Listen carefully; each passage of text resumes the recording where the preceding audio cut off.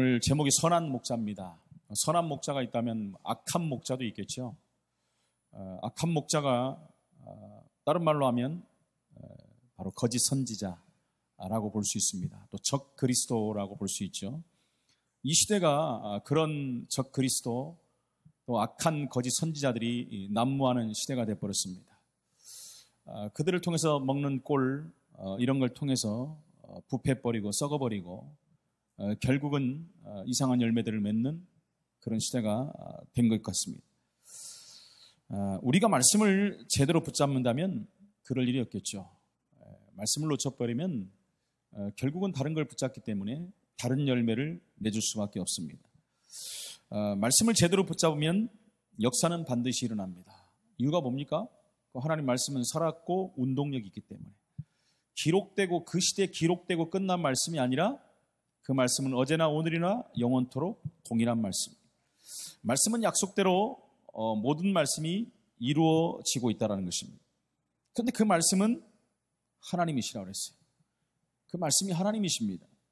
우리가 말씀을 붙잡는 것은 하나님을 붙잡는 것이죠. 하나님을 붙잡기 때문에 역사가 일어나는 것은 당연한 것입니다. 그런데 많은 사람들은 거의 말씀을 놓칩니다.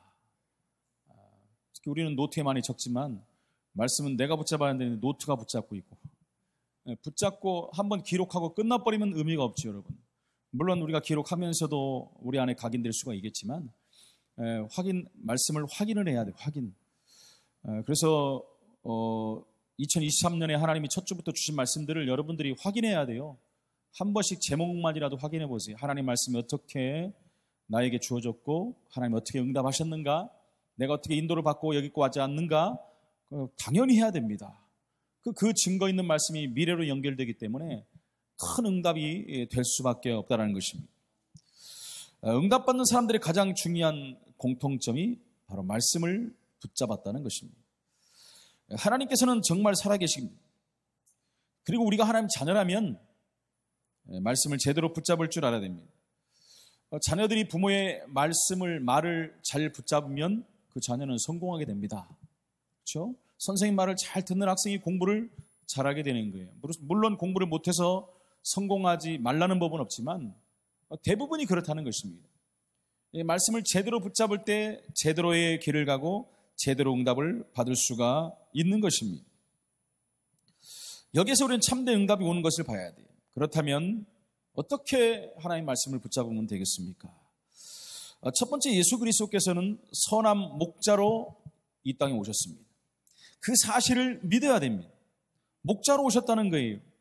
왜 오셨습니까? 바로 우리에게 생명을 주시기 위해서 그리스도께서 이 땅에 오셨다는 것입니다. 무슨 생명을 주러 오셨습니까? 성경에 보니까 우리가 잘 알듯이 창세기에 하나님께서 이것을 따먹는 날에는 반드시 너희가 죽으리라라는 생명의 언약을 주셨어요. 따먹으면 반드시 죽는 거예요. 그 생명입니다. 생명. 그것을 따먹음으로 말미암아 인간은 생명을 잃어버린 거예요. 그래서 성경은 뭐라고 합니까? 모든 사람이 죄를 범하였음에 하나님의 영광에 이르지 못했다. 그런데 여러분, 모든 사람이라고 그랬잖아요. 그래서 모든 사람은 죽어야 되는 거예요. 죄의 삭은 사망이니라. 근데 한 명도 의인은 없어요. 의인은 없나니 하나도 없느니라. 창세기 3장에 모두 다 걸렸습니다. 태어난 자, 살고 있는 자, 앞으로 사는 모든 자들이 여기에 걸려 있는 거예요.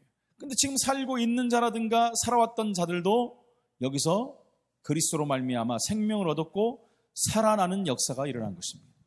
여기 계신 분들이 바로 이 생명의 말씀을 붙잡고 살아난 줄로 믿습니다. 에베소 2장 1절에 뭐라고 합니까? 허물과 죄로 죽었던 너희를 살리셨도다.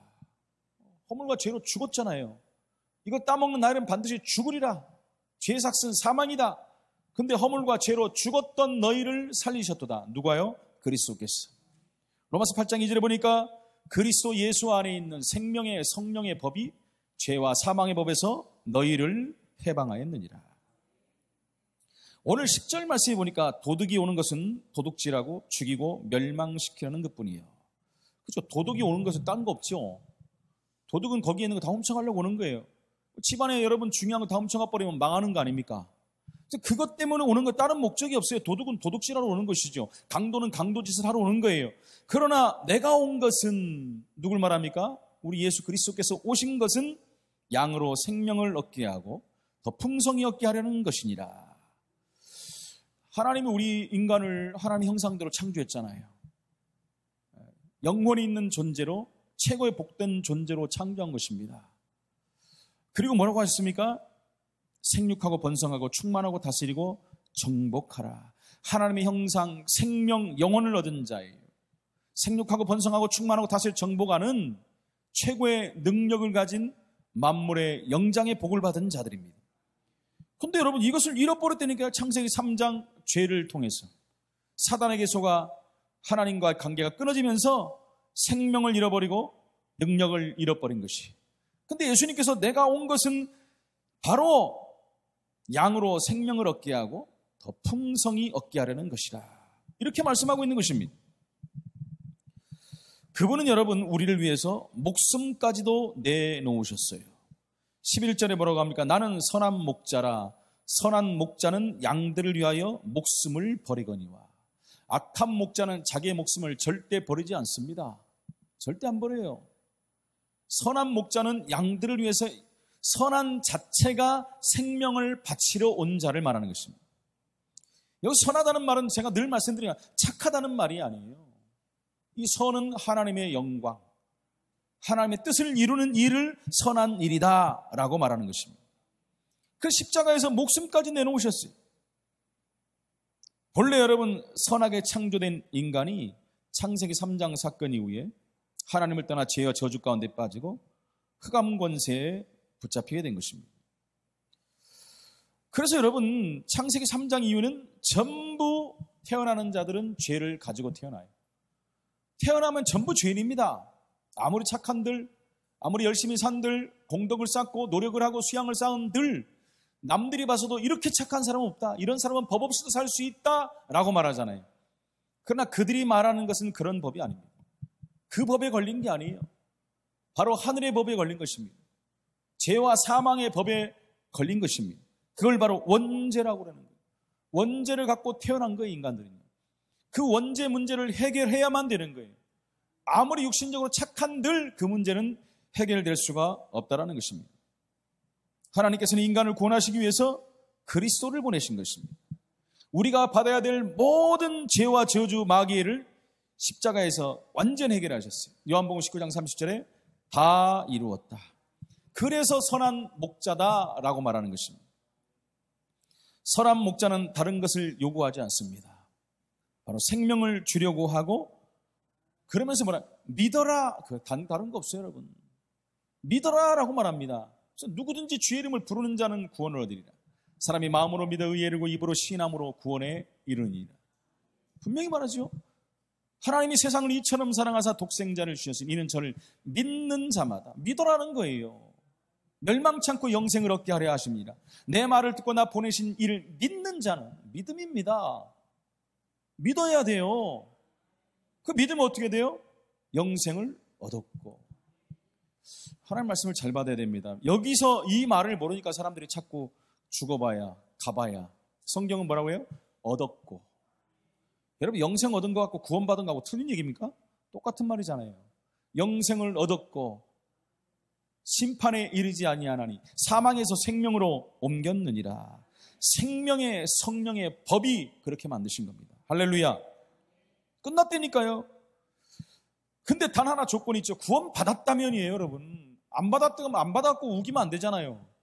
그래서 거기서 구원의 확신이 나오는 거예요. 내가 정말 믿어졌고 은혜 받고 응답받고 있다.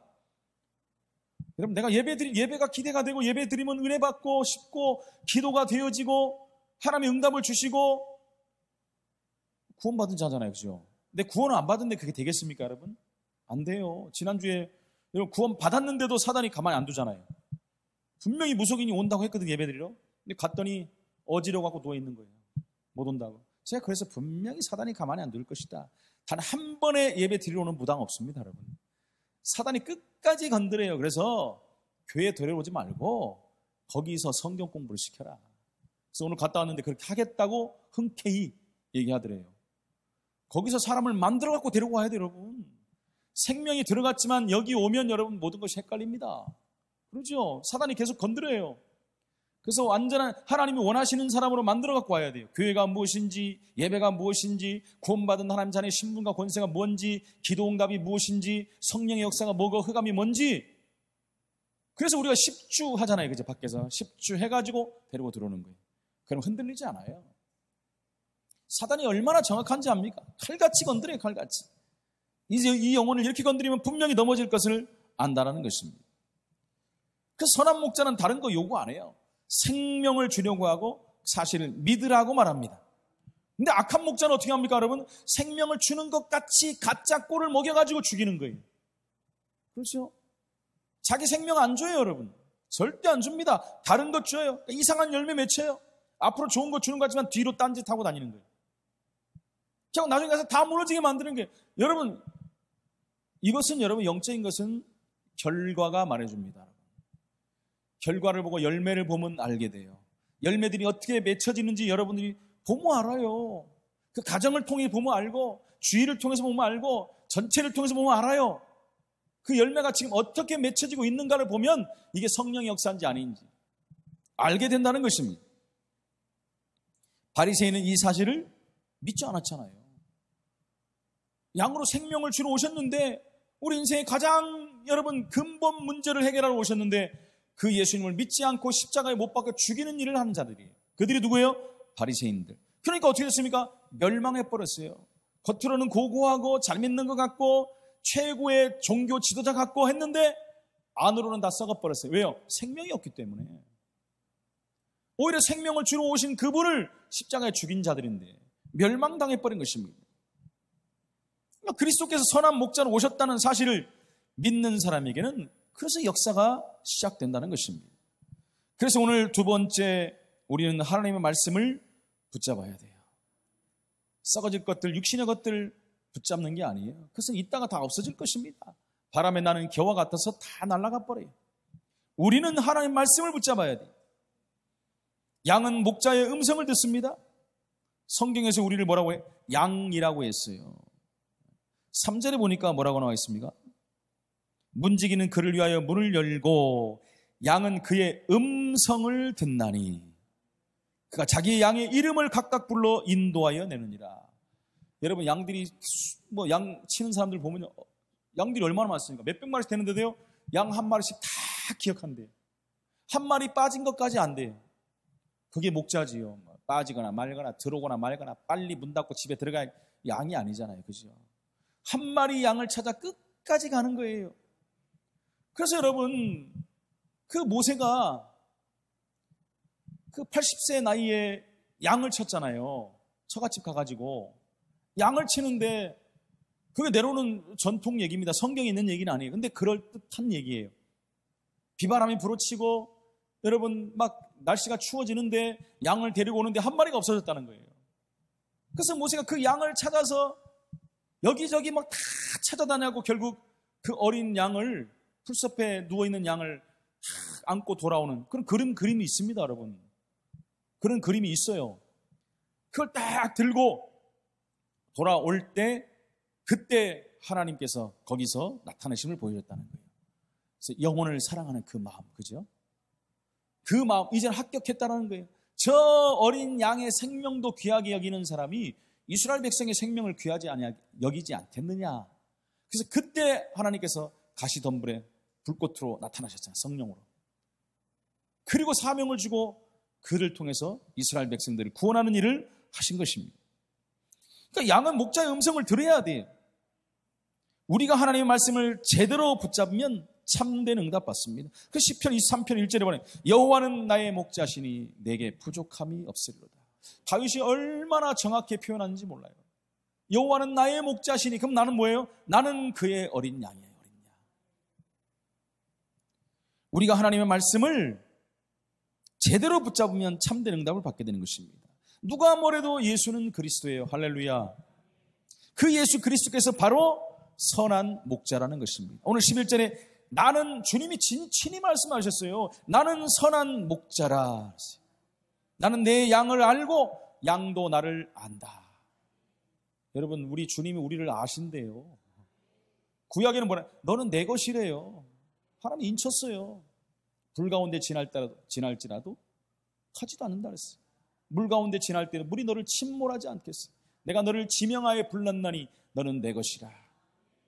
그 자들을, 부른 자들을 목자로 오셔서 참고 이제는 살리는 일을 하신 거예요. 생명을 주신 일을 주님께서 하셨다는 것입니다.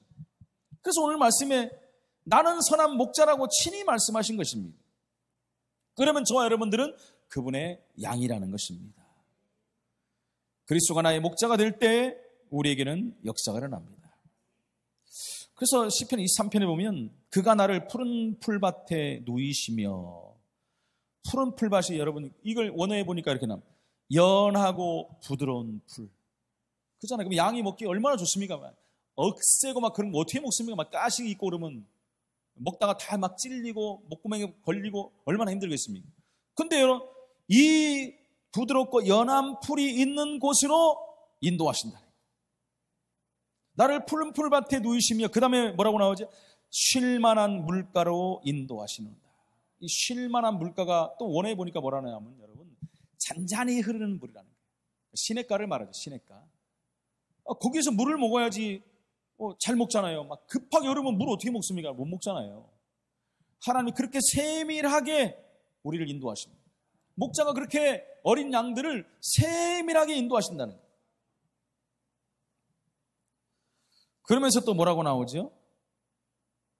주께서 나중에 보니까 내 원수의 목전에서 내게 상을 차려주시고, 주께서 내 원수의 목전에서 내게 상을 차려주신다. 상을 차린다는 게 뭡니까? 식탁을 말하잖아요. 식탁. 원수의 목전에서 거대한 연회를 베푼다는, 단순한 여러분 식탁이 아니에요. 상을 차려주신다. 식탁을 차려주신다. 그러면서 뭐라고 나옵니까? 기름을 내 머리에 부으셨나니 내 잔이 넘치나이다. 기름을 아무한테나 붓습니까, 여러분?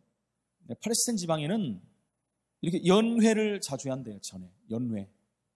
근데 그때 귀빈들을 모신다는, 귀한 손님이 오면 머리에 기름을 이렇게 바른다는 거예요. 왜요? 그 때 앞끝에서 오기 때문에 막 열이 난다는 거예요. 그래서 그 열을 식히기 위해서 기름을 바른다는 거예요. 이해가 가시죠? 근데 오늘 기름을 바른다고 했습니까? 기름을 부으신대요. 그 비싼 그 기름을 부은다는 거예요. 얼마나, 이 말씀 하나하나 보면 너무너무 감사한 거 있죠. 그러면 내 잔이 넘치나이다. 무슨 말입니까? 나는 잔이 안 찹니다. 더 채워주세요 그러잖아요. 그죠? 내 명예, 육신, 돈 이런 거 아직 모자라요. 더 채워주세요. 더 주세요. 더 주세요. 입을 벌리니까 꽉 벌려가지고 돈 그런 것 말하는 게 아니잖아요. 그죠? 바로 은혜의 잔을 말합니다. 하나님 내게 너무나무 은혜를 많이 주셔서, 그잖아요. 그 고백하잖아요. 여호와는 나의 목자신, 내게 부족함이 없어요. 내 은혜의 잔이 넘쳐버렸어요. 이때가 언제입니까, 여러분? 지금 최고의 위기, 죽음의 위기에서 하는 메시지예요. 완전히 정말 복음을 누리는 자고, 자기는 어린 목자고 어린 양이고 주님께서 목자가 되셔서 자기를 인도하신다는 사실이 그냥 100% 믿어져 버린 거예요. 그래서 많이 은혜 받은 사람이, 토레이 박사 옛날에 말했잖아요. 무디의 그 제자 토레이 박사가 어느 날 서재에서 막 기도하는데, 기도 속에 막 들어가는데 막 하나님 은혜가 막 너무 많으니까 하나님 그만 은혜 그만 그랬다는 거예요. 여러분들 그런 체험을 해보시기 바랍니다. 막 감동이 되는 거예요. 은혜가 넘치고. 저는 그런 은혜 많이 받아봤습니다. 여러분. 제가 이해가 가요. 막 어떻게 할 바를 몰라요. 기도도 안 나와요. 이제 은혜가 받아버리니까 어떻게 할 바를 몰라요. 지금 다윗이 그런 심정인 것 같아요. 그 원수의 목전에서 내게 상을 차려주시고 기름을 내 머리에 부으셨으니 내 잔이 넘치나이다. 응답이 여러분의 것이 되기를 예수의 이름으로 축원을 드립니다. 그죠? 그리스도가 나의 목자가 될 때 이런 하나님의 역사가 우리 통해 이때 일어나는 거예요. 악한 것들이 건들지 못해요. 그렇죠? 세상 풍파가 우리를 침몰치 못한다는 것입니다. 그래서 저와 여러분들은 오늘 세 번째로 하나님의 말씀을 증거로 붙잡아야 돼요. 여러분, 세상에서 증거를 붙잡지 마세요. 뭐 내가 경험한 것, 체험한 것도 좋지만 하나님 말씀에서 증거를 붙잡으시기 바랍니다. 우리는 앞으로 다가오는 문제 앞에서 어떻게 대처해야 되겠습니까? 문제 사건 앞에서 어떻게 대처해야 되겠습니까? 요즘에 해 토픽에 계속 나오는 부분이 하나 있죠, 여러분. 타이타닉 호, 그것을 구경하는 관광 상품이 있다는 거예요. 그거 타는데, 대여섯 명 타는데 얼마인지 압니까? 2억 5천만 원. 한 사람 타는데 2억 5천만 원. 가가지고 뭐 40분 만인가 나오는 거래요. 근데 그 압이 저기 밑에 4,000m인가 밑에 내려가 있다는 거예요.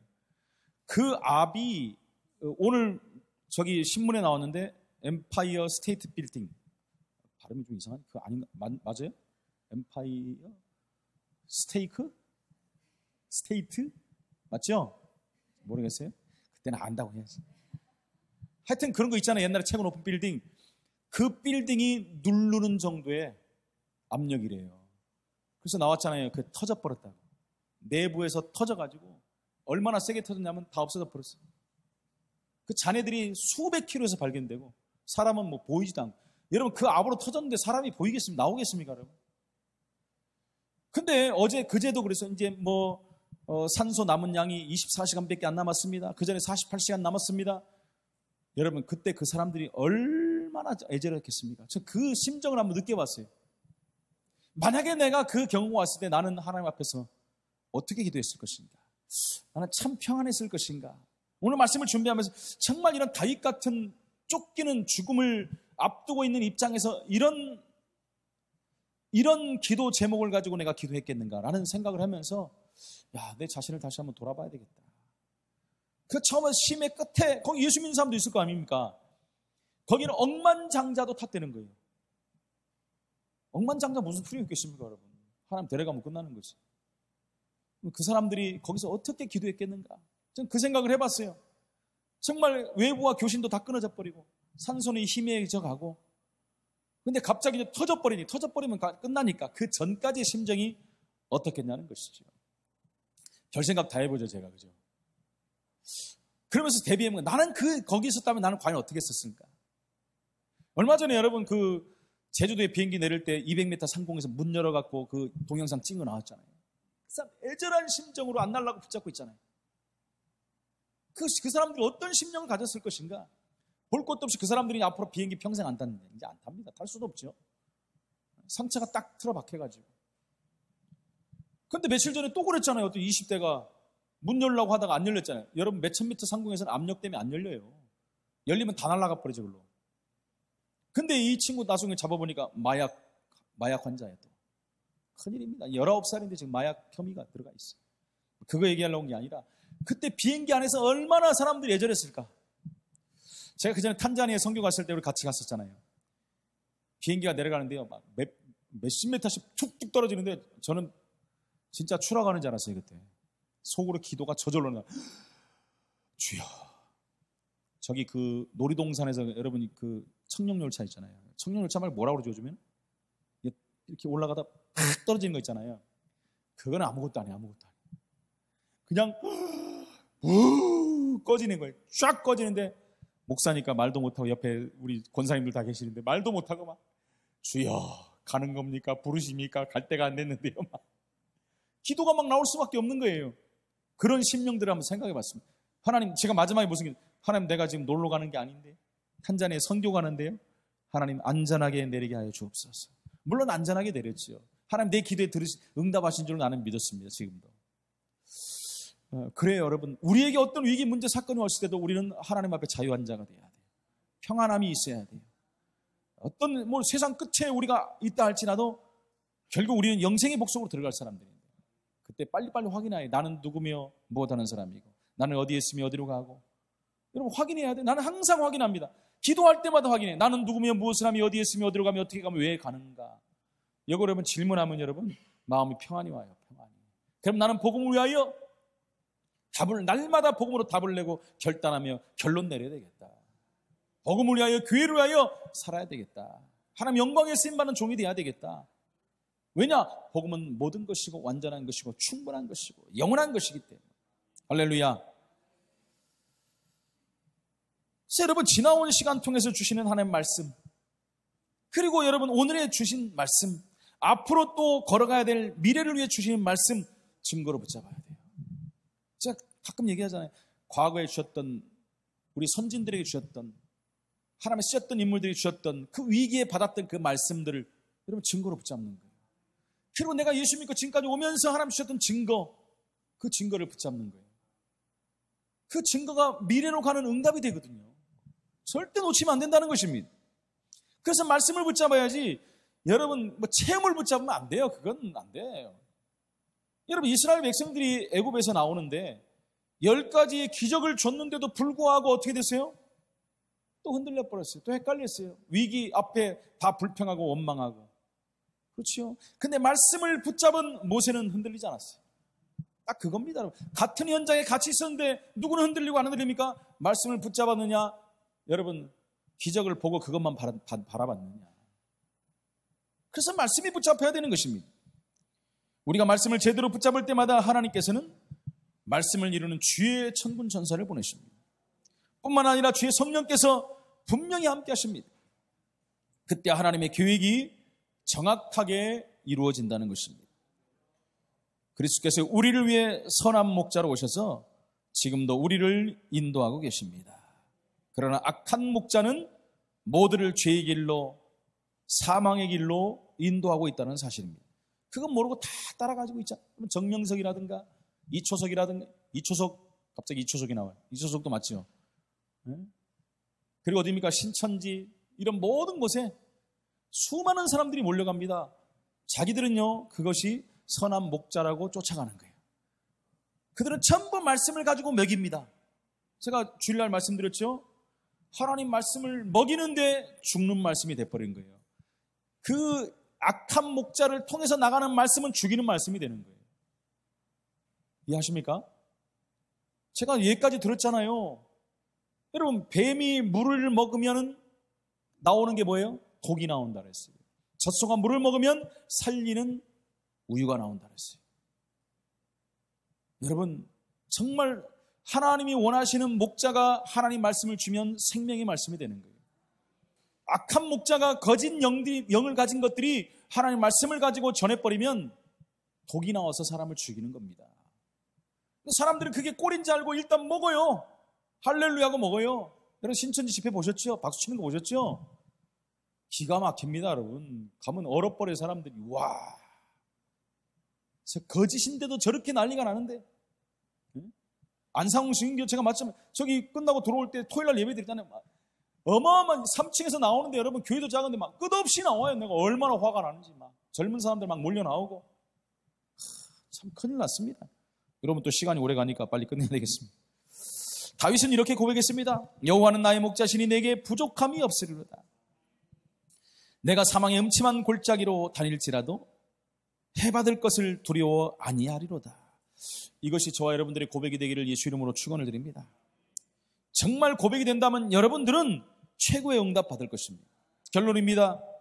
예수가 그리스도시며 그리스도가 나의 선한 목자이심을 고백하시기 바랍니다. 날마다 고백하세요.